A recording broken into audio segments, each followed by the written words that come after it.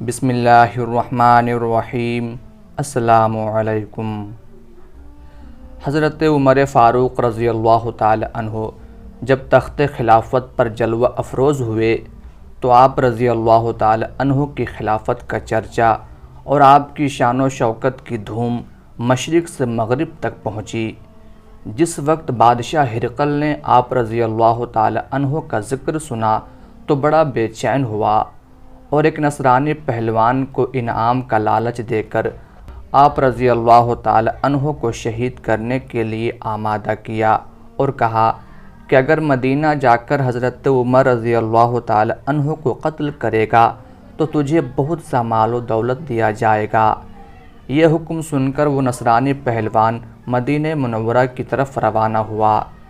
جب مدینہ منورہ کے قریب پہنچا تو اسے پتہ چلا کہ مسلمانوں کے خلیفہ حضرت عمر فاروق رضی اللہ تعالی عنہ بیوہ اور یتیم بچوں کی زمین اور باغات وغیرہ کے ملاحظے کے لیے باغ میں تشریف لے گئے ہیں۔ یہ نصرانی پہلوان بھی باغ میں پہنچا اور حضرت عمر رضی اللہ تعالی عنہ کو دیکھ کر ایک درخت پر چڑھ گیا۔ کچھ دیر بعد اتفاق سے حضرت عمر رضی اللہ تعالی عنہ بھی اس درخت کے نیچے تشریف لائے اور ہاتھ کا تکیہ بنا کر زمین پر لیٹے اور بغیر کسی بستر اور تکیے کے سو گئے۔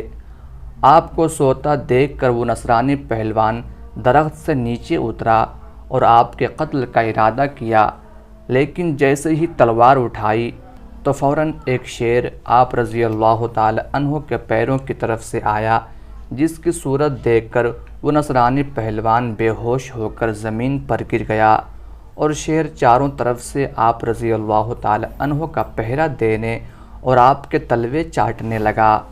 اس نصرانی کے گرنے سے حضرت عمر رضی اللہ تعالی عنہ بیدار ہوئے۔ جب آپ کی آنکھ کھل گئی تو شیر غائب ہو گیا۔ آپ رضی اللہ تعالی عنہ نے اس نصرانی پہلوان سے پوچھا کہ تو کون ہے؟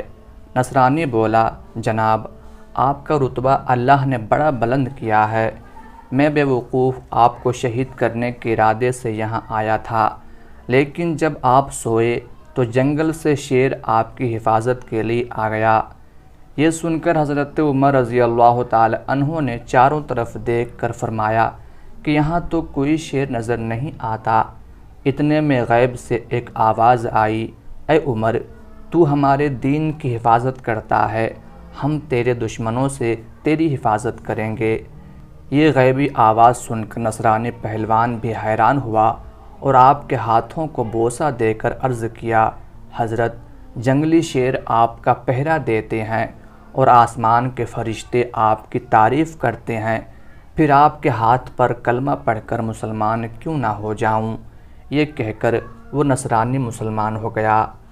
حضرت عمر رضی اللہ تعالی عنہ کے بارے میں امام ابن جوزی رحمۃ اللہ علیہ نے لکھا ہے کہ ایک مرتبہ حضرت عمر فاروق رضی اللہ تعالی عنہ ایک رات گھر میں بیٹھے تھے اور بیٹھے بیٹھے اچانک رو پڑے۔ 62 سال عمر ہے اور خلافت کے آخری ایام چل رہے ہیں اور گھر میں بیٹھے بیٹھے بلا وجہ رو پڑے۔ آپ کی زوجہ نے بیٹے کو اٹھایا اور کہا کہ اپنے باپ سے پوچھو انہیں کیا مسئلہ ہے، کہیں کوئی تکلیف یا درد تو نہیں؟ صاحبزادے حضرت عمر رضی اللہ تعالی عنہ کے پاس آئے اور فرمایا، ابا جی کیا بات ہے؟ حضرت عمر رضی اللہ تعالی عنہ نے فرمایا، اپنی ماں کو بلاؤ۔ سب لوگ حضرت عمر فاروق رضی اللہ تعالی عنہ کے گرد جمع ہو گئے اور آپ رضی اللہ تعالی عنہ فرمانے لگے کہ میرے ارد گرد بیٹھ جاؤ۔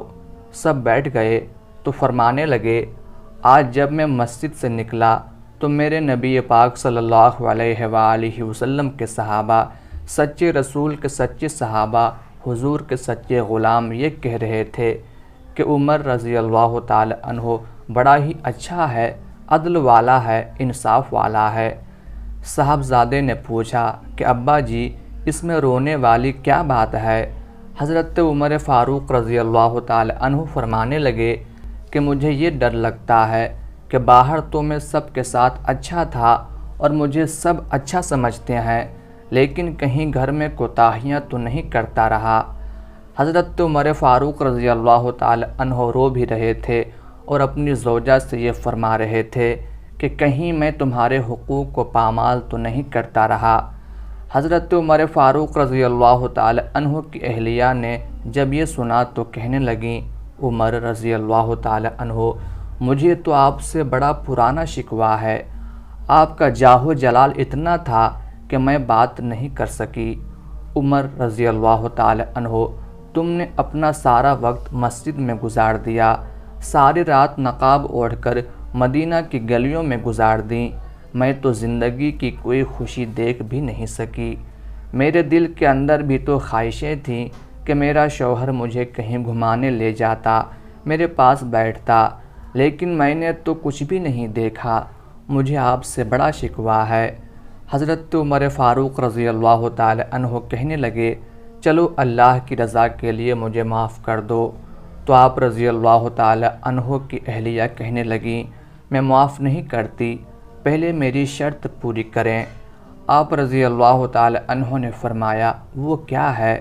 آپ رضی اللہ تعالی عنہ کی اہلیہ فرمانے لگیں کہ قیامت کے دن جب اللہ تعالیٰ آپ کے لیے جنت کا حکم دے گا تو کیا آپ میری سفارش کریں گے اللہ تعالیٰ کی بارگاہ میں کہ یا اللہ، یہ مجھے کپڑے دھو کے دیتی تھی، عزت کی حفاظت کرتی تھی، میرے بستر کو پاک رکھتی تھی، کیا آپ میری سفارش کریں گے؟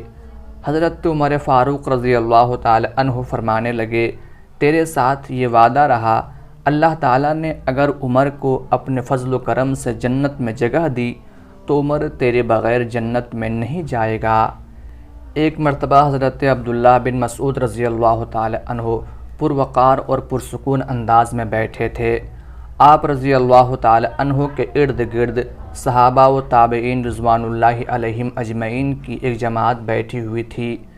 آپ رضی اللہ تعالی عنہ لوگوں کو نادر اور انوکھے واقعات سنا رہے تھے۔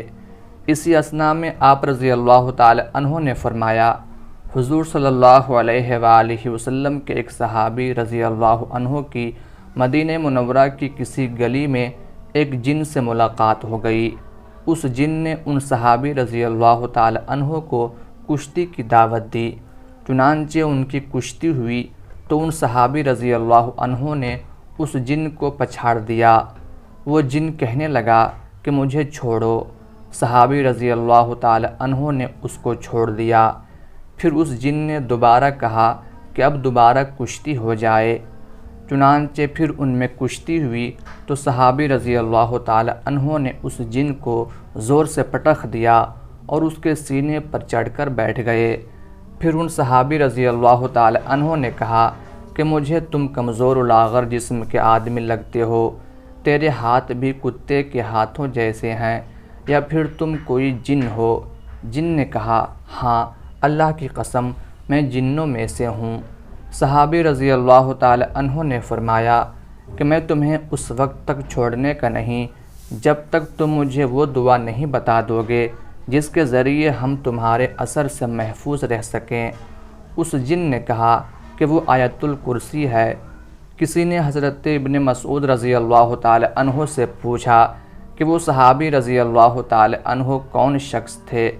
انہوں نے فرمایا کہ ایسا صحابی حضرت عمر رضی اللہ تعالی عنہ کے سوا اور کون ہو سکتا ہے؟